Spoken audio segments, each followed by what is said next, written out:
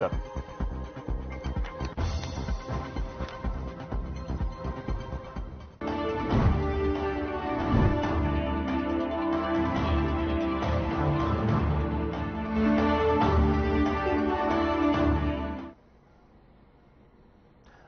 बहुत स्वागत है आप सभी का। मैं हूं आपके साथ चेतन पाठक। आज हम बात करेंगे बड़ी खबरों की।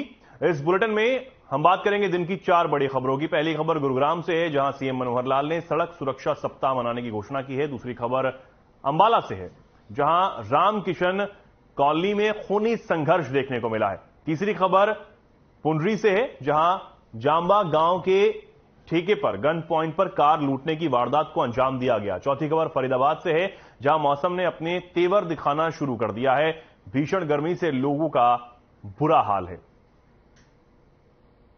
ये 4 बड़ी खबरें जिनके बारे में हम एक एक कर बात करेंगे। पहली खबर, सड़क सुरक्षा सप्ताह की घोषणा सीएम मनोहर लाल ने की है। हरियाणा में आज से सड़क सुरक्षा सप्ताह मनाया जाएगा। दूसरी खबर, मामूली कहासुनी में खूनी संघर्ष देखने को मिला और पूरी वारदात वहां लगे कैमरे में कैद हुई। एक युवक ने दूसरे पर चाकू से ताबड़तोड़ हमला किया। तीसरी खबर, गन पॉइंट पर लूट की वारदात को यहां अंजाम दिया गया है। चौथी खबर, गर्मी का सितम जारी है और गर्मी से लोगों का बुरा हाल है। तो ये 4 बड़ी खबरें जिनके बारे में हम एक एक कर बात करेंगे।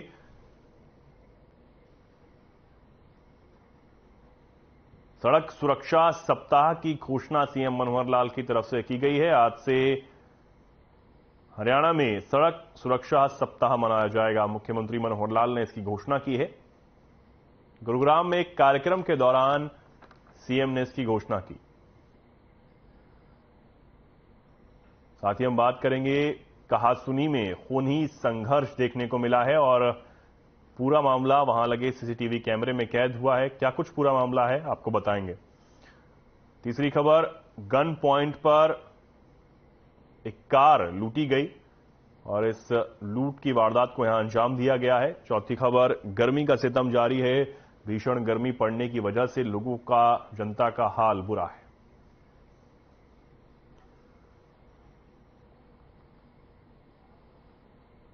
बात करेंगे पहली बड़ी खबर की। मुख्यमंत्री मनोहर लाल ने सड़क सुरक्षा सप्ताह मनाने की घोषणा की है। आज से सड़क सुरक्षा सप्ताह मनाया जाएगा। रागिरी के मंच में मुख्यमंत्री ने मनुष्य तू महान है गीत भी सुनाया। वहीं कबड्डी के डेमो में खुद को नहीं रोक पाए मुख्यमंत्री और खिलाड़ी बनकर वो मैदान में उतर गए। गुरुग्राम में रागिरी के आयोजन वाली सेक्टर 69 की सड़क पर साइकिल और पैदल चलने वालों के लिए ट्रैक बनाने की घोषणा भी की गई।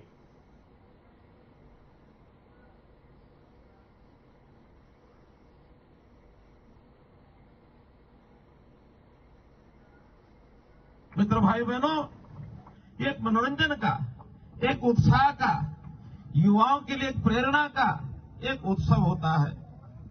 कहीं हर सप्ताह होता है, कहीं 15 दिन में होता है और कहीं कहीं मासिक रूप में भी इस कार्यक्रम का आयोजन होता है। बल्कि मासिक रूप में तो एक और कार्यक्रम जिसको हमने मैराथन दौड़ कहा, मैराथन दौड़ भी लगभग 8-9 स्थानों के ऊपर हरियाणा में हुई और रिकॉर्ड कायम किया। उसमें भी 20,000 से लेकर 60,000 तक युवा उन मैराथन में दौड़े हैं। किसी न किसी एक संदेश को लेकर दौड़े हैं। हमारे हर कार्यक्रम का कोई ना कोई संदेश होता है। उस संदेश को एक प्रकार से जनता में जनजागरण के नाते से हम आगे बढ़ाते हैं। जनता में व्याप्त बहुत सी समस्याएं हैं, बहुत सी कठिनाइयां होती हैं। युग के हिसाब से नए नए चैलेंज आते हैं। उनको ठीक करने के लिए हम लोगों को कुछ न कुछ आयोजन के माध्यम से जनता को एक संदेश देना होता है। सीएम ने मनुष्य तू महान है गीत भी इस कार्यक्रम के दौरान सुनाया और साथ ही सीएम मनोहर लाल ने घोषणा की है कि आज से प्रदेश में सड़क सुरक्षा सप्ताह मनाया जाएगा और साथ ही अन्य घोषणाएं भी सीएम की तरफ से यहां की गई हैं। गुरुग्राम में यह कार्यक्रम था जिस दौरान सीएम ने ये घोषणा की और इस दौरान सीएम ने मनुष्य तू महान है गीत भी लोगों के सामने गुनाया।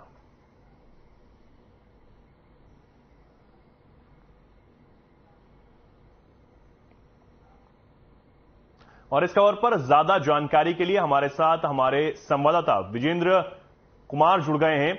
विजेंद्र, सीएम आज यहां पर पहुंचे, क्या कुछ घोषणाएं उनकी तरफ से की गई हैं? हालांकि सड़क सुरक्षा सप्ताह मनाने की बात सीएम की तरफ से की गई है, क्या कुछ इसमें होगा? देखिए, आज राहगिरी का कार्यक्रम था। गुरुग्राम के 79 सेक्टर में कार्यक्रम रखा गया था। मुख्यमंत्री मनोहर लाल यहां पर शिरकत करने पहुंचे थे और आपको बता दें कि यहाँ पर काफी बेहतरीन कार्यक्रम जो था वो हुआ और ऐसे में मुख्यमंत्री मनोहर लाल खट्टर ने यहाँ पर एक घोषणा भी की कि हरियाणा उदय नाम से एक कार्यक्रम की शुरुआत भी की जाएगी, जिसमें सरकार वो तमाम जो उपलब्धि है उसको जनता के बीच पहुंचाने का काम करेगी। और आपको बता दें, टोल का बड़ा मुद्दा यहाँ पर चल रहा है। गुरुग्राम में जो खेड़की डोला टोल है, इसका एक बड़ा मुद्दा है। उसके लिए समाधान के लिए जब सवाल पूछा गया तो साफ तौर पर मुख्यमंत्री ने कहा कि इस टोल को जल्दी शिफ्ट किया जाएगा, पचगावा या फिर एक्सप्रेसवे के द्वारका एक्सप्रेसवे के पास इसको शिफ्ट कर दिया जाएगा। जी विजेंद्र, सीएम भी आज एक अलग अंदाज में नजर आए। जो खिलाड़ी थे उनके बीच भी वो पहुंचे, उनसे बातचीत की, क्या कुछ सीएम ने कहा? देखिए, राहगिरी के इस कार्यक्रम में आपको बता दें कि यहाँ पर कई खिलाड़ी यहाँ पर पहुंचे थे और हरियाणा के देसी रॉकस्टार एमडी भी यहाँ पर पहुंचे थे। और आपको बता दें, जिस तरह से मुख्यमंत्री ने साफ तौर पर कहा कि राहगिरी के माध्यम से लोग एक तो स्वस्थ रहेंगे, साइकिलिंग कीजिए, योगा कीजिए और कई तरह के संदेश मुख्यमंत्री ने दिए, क्योंकि रोजाना व्यायाम करने से, योगा करने से, खेल से जुड़े रहने से कहीं ना कहीं जो शारीरिक रूप से स्वस्थ इंसान रहता है, कई तरह के मैसेज देने की कोशिश की गई। और ऐसे में बता दूं आपको कि 2000 से ज्यादा यहाँ पर छात्र यहाँ पर पहुंचे थे। आरडब्ल्यूए के लोग, आसपास के लोग यहाँ पर इस राहगिरी में भागीदारी बने और ऐसे में छोटे छोटे बच्चों की पेंटिंग और रंगोली, कई तरह के कार्यक्रम आयोजित किए गए थे। जी विजेंद्र, सीएम ने इस दौरान एक गाना भी गुनगुनाया है, क्या कुछ, कौन सा वो गाना और किस तरीके से लोगों तक वो बात पहुंचा पाए? देखिए, हजारों की भीड़ यहाँ पर इस कार्यक्रम में पहुंची थी और मैंने आपको बताया कि मंच के माध्यम से मुख्यमंत्री मनोहर लाल खट्टर ने जहां स्वस्थ रहने का संदेश दिया और वहीं पर पर्यावरण को स्वच्छ रखने का भी संदेश दिया गया। और इसी तरह से के जो कार्यक्रम है, इसमें आपको बता दें कि काफी ये बार गुरुग्राम में कार्यक्रम का आयोजन किया जाता है। तो पहले तो ये निरंतर राहगिरी का कार्यक्रम गुरुग्राम में होता आया है और इसी तरह से कार्यक्रम अब आगे भी होगा। यही मुख्यमंत्री ने स्टेज के माध्यम से स्वच्छता और पर्यावरण को लेकर एक अच्छी पहल की और वहां पर जो हजारों लोग की भीड़ थी, उन्होंने इस कार्यक्रम की सराहना की। जी विजेंद्र, कई और घोषणाएं भी सीएम की तरफ से यहाँ की गई हैं, साइकिल पथ को लेकर हो या अन्य तमाम बातें उन्होंने कही हैं।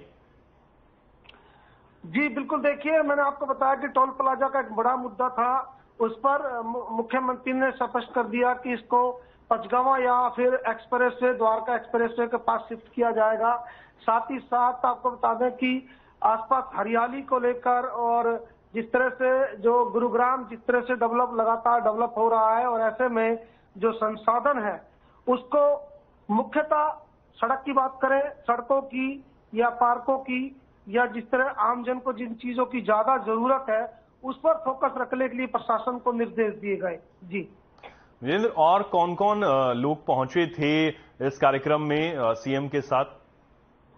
देखिए, सीएम के साथ यहाँ पर जो लोकल नेता थे गुरुग्राम के, वो यहाँ पर पहुंचे थे और आसपास के जो गांव थे वहाँ के बच्चे और लोग यहाँ पर पहुंचे थे। स्कूली बच्चे यहाँ पर पहुंचे थे, सामाजिक संगठन और कई एनजीओ यहाँ पर शिरकत करने पहुंची थी। तो कुल मिला के हजारों लोगों की भीड़ यहाँ पर देखने को मिली। जी तमाम जो लोग यहाँ पर पहुंचे, चाहे वो आरडब्ल्यू के हों, आपने बताया, क्या कुछ उनकी तरफ से मांगे कुछ की गई हैं सीएम के सामने, कुछ उनकी मांग हो जो सीएम ने उसके ऊपर प्रतिक्रिया दी हो? देखिए, गुरुग्राम में आपको बता दें कि कई तरह की दिक्कतें रहती हैं और जो अलग अलग इलाकों में अलग अलग तरह की समस्या है। गुड़गांव में चाहे हम पर्यावरण से रिलेटेड प्रदूषण की बात करें, चाहे सड़कों की बात करें, चाहे पानी निकासी की बात करें, क्योंकि जैसे ही जल भराव की स्थिति गुरुग्राम में आपने पहले भी देखी है कि उसको भी नियंत्रण करने के लिए अधिकारियों को पहले से ही निर्देश दे दिए गए हैं कि जल भराव की स्थिति ना हो। इसको लेकर पूरा मैप तैयार कर लिया गया। जिन जिन पॉइंटों पर जल भराव होता था वह तमाम जगहों पर जो अधिकारी है, जीएमडी है, नगर निगम के जो अधिकारी हैं वो पहले ही चिन्हित कर चुके हैं और वहां पर उनको दुरुस्त करने का काम भी पहले किया गया था। अब दोबारा से एक बार फिर मैपिंग तैयार होगी बरसात से पहले। तो कई तरह की समस्या है, उनको भी मुख्यमंत्री के समक्ष रखा गया, जिनका निवारण जल्द किया जाएगा। जी विजेंद्र, ये जो कार्यक्रम आज हुआ है ये पहले भी होता आया है और आगे अब कब होगा, कैसे होगा?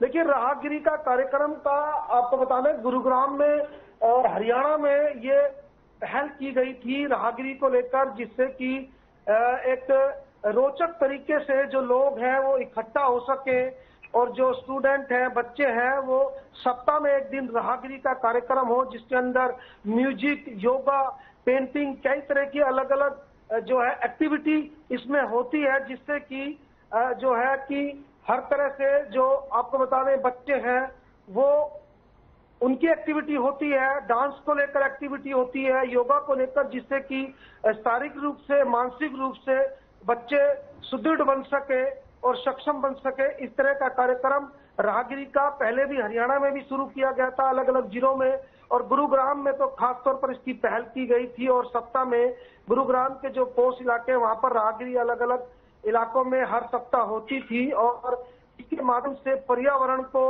शारीरिक रूप से स्वस्थ रहने को लेकर कई तरह के मैसेज यहाँ पर तन्मय किए जाते थे। जी ठीक है विजेंद्र, बहुत धन्यवाद आपका हमारे साथ जुड़ने के लिए और ये जानकारी हमारे दर्शकों तक पहुंचाने के लिए।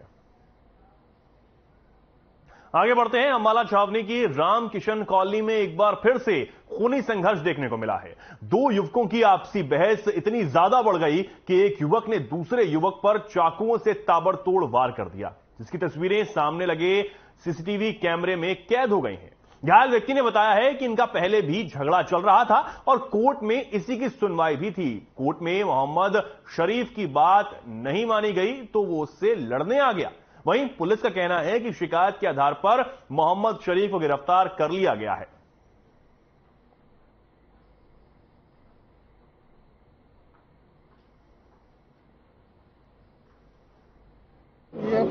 मैं नमाज पढ़ने जा रहा था सवेरे, मस्जिद के गेट पे जाके मुझे पकड़ लिया पीछे से अचानक। मेरे चिक्कू मारा, यहाँ पे 8 जख्म दिए। 8 किस कारण मारा जी? उसका पहले केस चल रहा है हमारे साथ केस चल रहा उसका है जी। वो कल तारीख थी जी, कल उसकी कोई सुनवाई नहीं हुई। उस खुंदक में उसने आज हमें मारा। कहाँ का रहने वाला था? वो यहीं का बालाकांड के रहने वाला है। क्या नाम था उसका? उसका नाम है सफीक अहमद। सर क्या मामला हुआ है? मामला है जो ये मेरा ताए का लड़का है मोहम्मद जाहिर, ये सुबह 4 बजे जो है अपने घर से मस्जिद के लिए निकला। रास्ते में मस्जिद के गेट से थोड़ा सा पहले एक फौजी शरीफ नाम का आदमी है, उससे इसकी बातचीत हुई। क्या बातचीत तो पता नहीं है। और उसने इसके ऊपर जो है ना चाकू से या किसी जिन लोग से गहरे नोक से जो है ना इस पर वार किया। उससे जो है इस पे गाल पे जो है ना छेटा के आए हैं। ठीक है। और ये जो है ना जो फौजी है ये हर बंदे को परेशान करता है, हर बंदे को छेड़ता है। इससे लेडीज परेशान है, बच्चे परेशान है। ये हमारे पास सवेरे सूचना मिली थी रामकिशन कॉलोनी में 2 व्यक्तियों का झगड़ा हो गया, जिस पर मौके पर गए तो वहाँ पर जाहिर सन ऑफ अब्दुल्ला जो रामकिशन का, इसको मोहम्मद शरीफ अहमद ने चोट मारी है और उसका मेडिकल कराया। उसका जो एडमिट है वहाँ पर, उसके बयान पे हमने पर्चा दर्ज कर दिया, अभियोग अंकित कर दिया और इसको मोहम्मद शरीफ अहमद इसको हमने गिरफ्तार कर लिया केस में।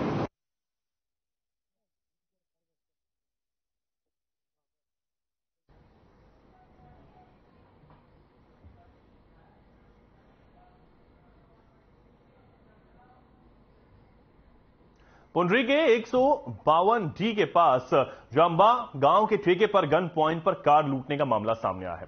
फिलहाल पुलिस ने आर्म्स एक्ट के तहत मामला दर्ज कर लिया है। इस संदर्भ में पुंडरी थाना के एसएचओ महेंद्र सिंह ने जानकारी देते हुए बताया है कि पीड़ित की शिकायत पर मामला दर्ज कर लिया गया है और शराब के ठेके पर लगे सीसीटीवी खंगाले जा रहे हैं। 20 मई की रात करीब 8 बजे उसके दोस्त फतेहपुर निवासी प्रवीण के साथ काम से आया हुआ था। जांबा मोड़ पर शराब खरीदने के लिए गए थे और शराब खरीदकर जैसे ही कार में बैठने लगे तो सड़क किनारे पहले से छिपकर बैठे दो अज्ञात युवकों ने कार के सामने आ गए। एक युवक ने कनपटी पर पिस्तौल तान दिया और कार से उतरने के लिए कहते हुए चाबी छीन ली।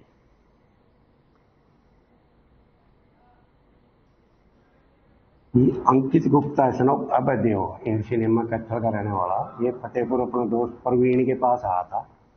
प्रवीण और ये दोनों गाड़ी में बैठ के जांबा खेत चले गए। वहां से बोतल लेके गाड़ी की तरफ जा रहे थे। दो जो सड़क पर गाड़ी खड़ी गई थी, दो जवान आए। उन्होंने एक ने नुकीली चीज इसके दोस्त प्रवीण की तरफ मारी, उसने आगे हाथ किया, उसका हाथ के ऊपर लग गया और दूसरे ने इससे चाबी ले ली। चाबी लेके गाड़ी में भी छीन के खड़ी के अंदर की तरफ भाग गए। ये दरखास्त अंकित की दरखास्त पर मुकदमा दर्ज कर लिया गया है। तो अब पुलिस मौके पर पहुंची थी और अब जांच पुलिस कर रही है। बताया जा रहा है कि शराब के ठेके पर गन पॉइंट से लूट की वारदात को अंजाम दिया गया है। बेखौफ होकर बदमाश खुलेआम घूम रहे हैं और ये पूरा मामला जो है, अब इस पूरे मामले में पुलिस जांच कर रही है।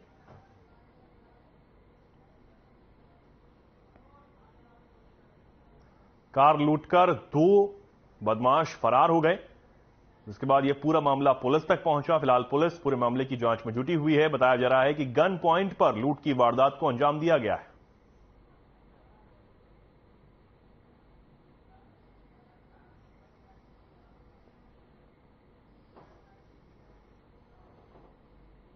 आगे बढ़ते हैं। एक बार फिर मौसम ने अपने तेवर दिखाना शुरू कर दिया है और लगातार भीषण गर्मी से लोगों का हाल बुरा है।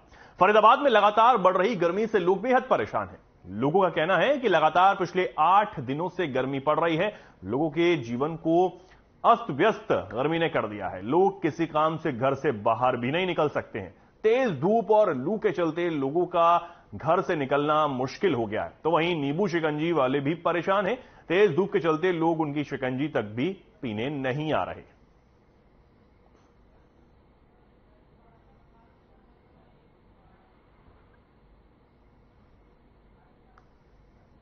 पीछे से थोड़ी कम गर्मी थी, बारिश हो रही थी।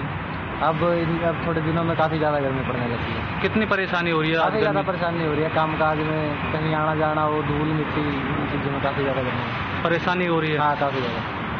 तो क्या इससे कोई दिक्कत और भी ज्यादा बढ़ सकती है? गर्मी लगा बढ़ सकती है। चलो ये तो आगे छुट्टियां पड़ गई हैं बच्चों की, अब स्कूल में आना जाना तो खैर नहीं होगा, लेकिन फिर भी बच्चों के लिए भी ज्यादा। सर बहुत ज्यादा गर्मी है, बहुत ज्यादा काम करने में दिक्कत आ रही है। किस तरीके से दिक्कत आ रही है अगर बात की जाए तो? रात को भी काफी दिक्कत आ रही है। दिन में गर्मी में चला नहीं जा रहा है, इतनी धूप है, जलने को हो रहा है। जलने को हो रहा है। तो क्या पहले भी इस तरीके से गर्मी पड़ रही थी अगर पिछले महीने की अगर बात की जाए तो? पहले नहीं थी, अभी पिछले महीने में नहीं थी इतनी, अभी बढ़ी है 8-10 दिन। ठीक ठाक ही है, 30-40 डिग्री के अराउंड चल रही है गर्मी। आज पहले के मुकाबले आज गर्मी ज्यादा है या कम है? अच्छी से कम लग रही है फिलहाल तो मुझे। कल से कम है। तो क्या दुकानदारी पर कोई असर पड़ रहा है इससे? कोई ग्राहक आ रहे हैं या नहीं आ रहे? यहाँ पर गर्मी से असर नहीं पड़ता, कॉलेज से असर पड़ता है यहाँ। अच्छा, कॉलेज होता है तो ठीक काम होता है, कॉलेज नहीं होता तो ऐसे चलता है।